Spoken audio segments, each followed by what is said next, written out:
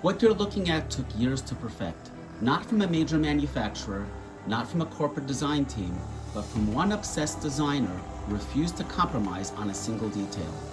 This is the Obi-Wan Kenobi EP4 Lightsaber, and today I'm going to show you not just what makes it special on the outside, but what's hidden inside that most people never get to see. I'm the lightsaber fanatic, and welcome back to the channel. Before we take this apart, you need to understand the story behind it, because this isn't just another lightsaber replica. This is the result of one designer's years-long obsession. His name is Anakin Starkiller, a prop maker known for obsessive attention to screen accuracy. What sets his work apart? Precision. He studies the original props in painstaking detail, every measurement, every texture, every component choice, to create replicas that honor the originals exactly. Over the years, he's become a legend on the RPF, the Replica Prop Forum, where the most dedicated prop enthusiasts in the world gather. He's designed Luke's saber, Ahsoka's, Ezra's, but one project stands out, creating the most screen-accurate Obi-Wan Kenobi EP4 Lightsaber ever made. For the Obi-Wan EP4 Lightsaber, years of research went into replicating the original 1976 prop built from found objects. Flash guns, faucet handles, grenade bodies, every detail studied and replicated to exact specifications. This is what mastering the art of prop replication looks like. Now, why would someone dedicate their life to this? Because when you love something enough, good enough is just not good enough. And what makes Anakin Starkiller's work even more remarkable is that he wasn't just designing this for himself.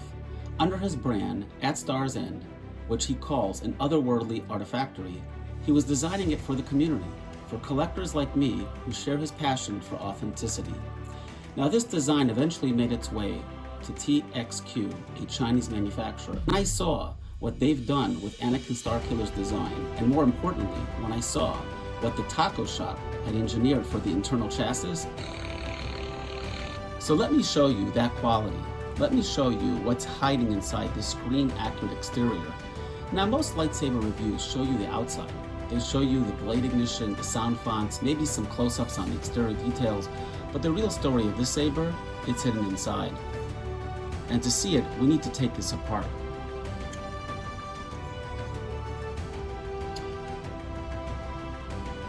First, we're going to unscrew the pommel and the rifle grip section at the bottom.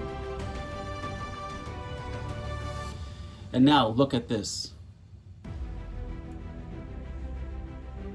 You can now see the bottom of the chassis, the structural framework that houses all the electronics. Already, you're seeing engineering that most people never get to appreciate. This is what's normally hidden from view during every ignition, every display, and every use. But the crystal chamber, that's still concealed inside the hilt body. And this is where the design gets brilliant. Take a look at this. There's a little retention screw right over here.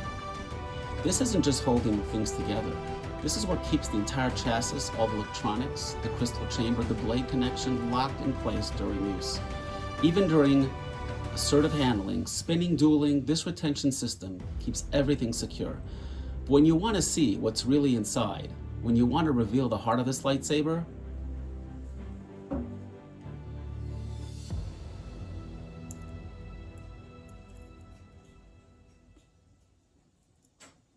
take the screw out.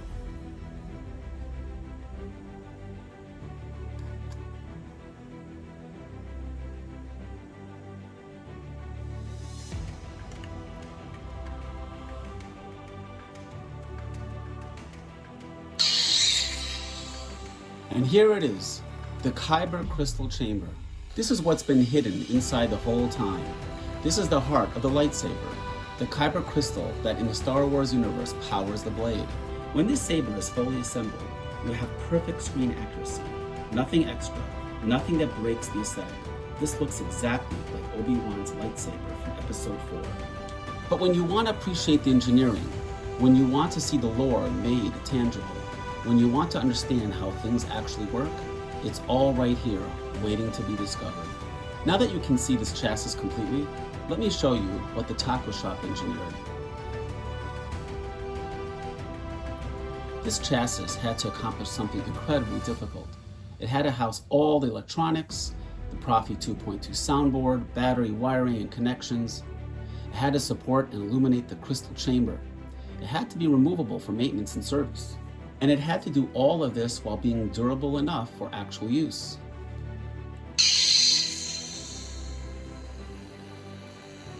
Now look at this brass crystal chamber. This is where the taco shop put their craftsmanship, the part that matters most, the illuminated heart of the saber, machined in brass.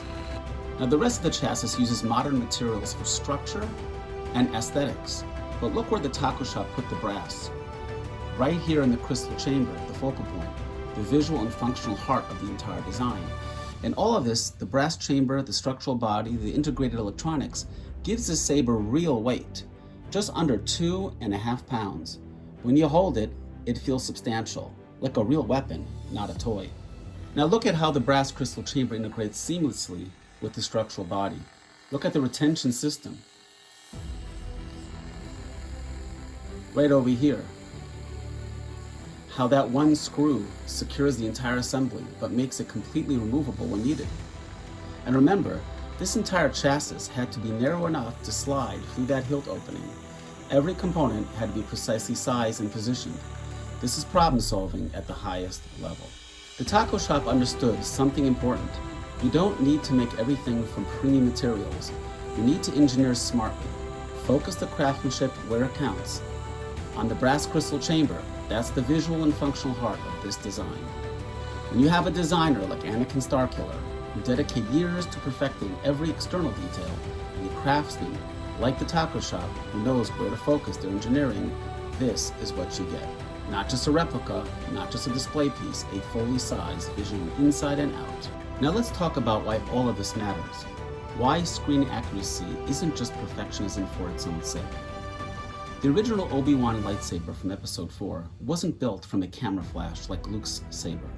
This was something completely different, a collection of found objects that the prop makers assembled into something iconic. Faucet knobs, grenade bodies, machine gun components, even a Rolls-Royce engine piece. Think about that for a moment. In 1976, working with limited time and budget, the prop makers went hunting through surplus shops and hardware stores. They found these everyday objects, a faucet knob from a London bathroom, a grenade body from military surplus, and they saw a lightsaber. Anakin Starkiller spent years studying the original parts to recreate them exactly. The Armitage Shanks faucet knobs, the grenade body, every detail reverse engineered and replicated to precise specifications. He replicated the grip's ridges and bubble patterns precisely. The pommel features an AS cutout serving as sound vents. A nod to the Armitage Shanks faucet parts from the original prop, now serving a modern functional purpose. But beyond that modern necessity, here's why the historical accuracy matters so much.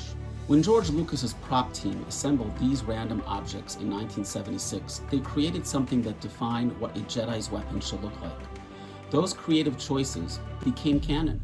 They took everyday objects and made them legendary.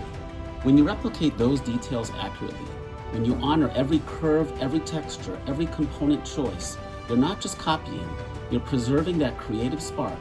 You're respecting the resourcefulness of prop makers who worked with what they could find and created something that changed cinema.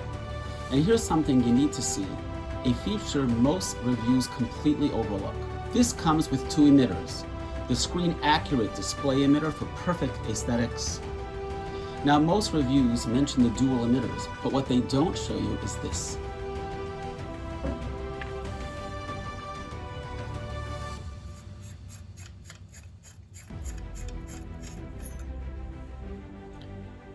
If you look over here, you'll see these hidden retention screw holes designed so you can actually secure a blade with the display accurately with the accurate emitter. Let me show you how it works. What you do is you put the retention screws in these little holes, which they come with. Take the screen accurate emitter cap. I'm going to slide it on the bottom of the blade, just like that. Insert the blade into the hilt, secure them with the retention screws to tighten those up, and then you just slide the emitter cap on and screw on. And the result is you can display your blade with the screen accurate emitter cap. What a wonderful feature that this saber has. Screen accuracy and functionality. You can ignite it, display it lit, but notice how short this emitter is. It's not designed for dueling.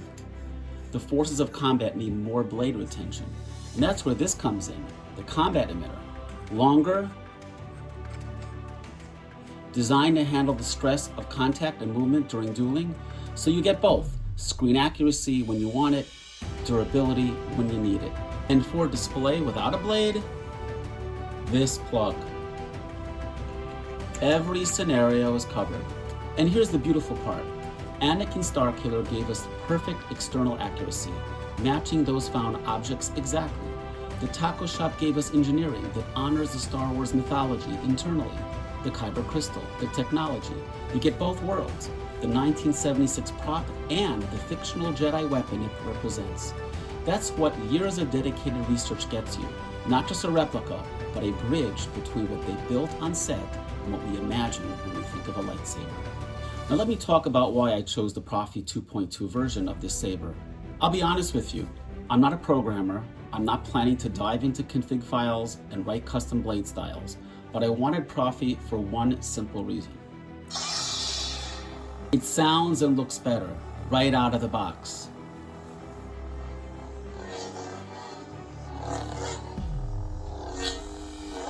Listen to that sound quality. And look at the flickering blade, these incredible blade effects. The audio is richer, more responsive.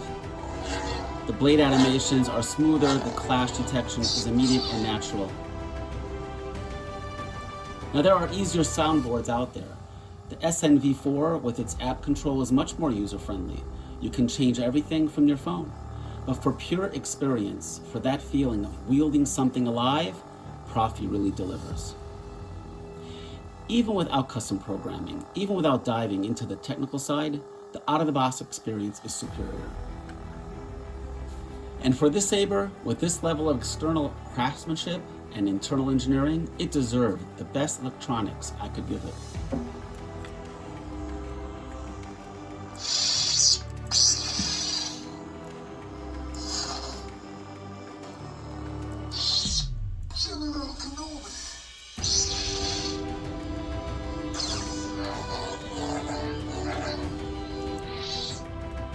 One other brilliant design in this combat emitter I have to show you is retention screws. You'll see they're on different levels. You have one that's closer to the blade and one that's closer to the base of the emitter, and that alternates all the way around. What that does is it really secures the blade really tight. You'll literally have no wiggle room. Brilliant design. So in conclusion, here is what this lightsaber represents. From one designer perfecting his craft, from a craftsman who engineered a brass chassis with surgical precision, from manufacturers who are willing to execute that vision without compromise. This Obi-Wan EP4 crystal chassis lightsaber taught me something important about collecting. Quality isn't about price tags, it's not about brand names, it's about recognizing craftsmanship when you see it. Whether it's on the outside or hidden on the inside. Is this my most expensive piece? No. But is it one of the most impressive sabers in my collection? Absolutely. Because at the end of the day, it's about appreciating excellence wherever you find it. If you enjoyed this journey inside what makes a lightsaber truly special, please hit that subscribe button and hit that notification bell, because we're just getting started. Until next time, may the Force be with you always.